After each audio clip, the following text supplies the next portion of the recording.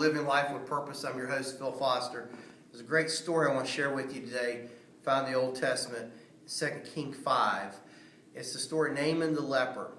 And it's an interesting story. If you remember, Naaman was a general in the army of Syria.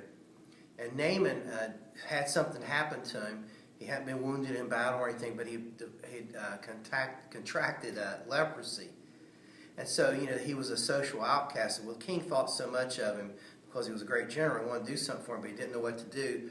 So, meanwhile, back home where Naaman is, there's a servant girl who'd been captured in a battle. And she says, listen, man, if you live back in Israel where I'm from, I know this man of God, this prophet. If you could get to him, he could pray for you and you could be made whole. So he goes to his king. He says, hey, can you help me get over here and meet this guy? So the king sends letters to the king of Israel. Says, I want you to heal my servant. This king of Israel says, I can't do nothing. But the prophet of God heard about this, said, send him to me.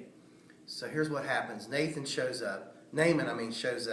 And the prophet says, listen, just go dip in the Jordan River 7 times.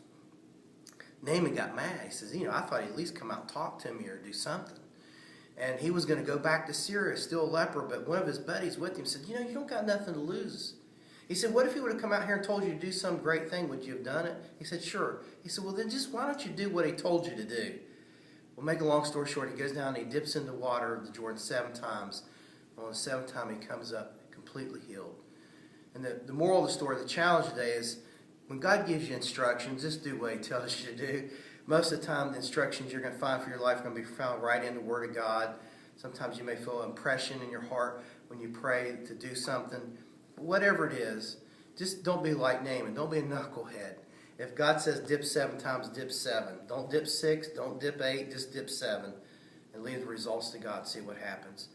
Well, hey, I'm all out of time for today, so hopefully this was a help for you today. So until we get together next time, may God bless you, and hey, have a great day.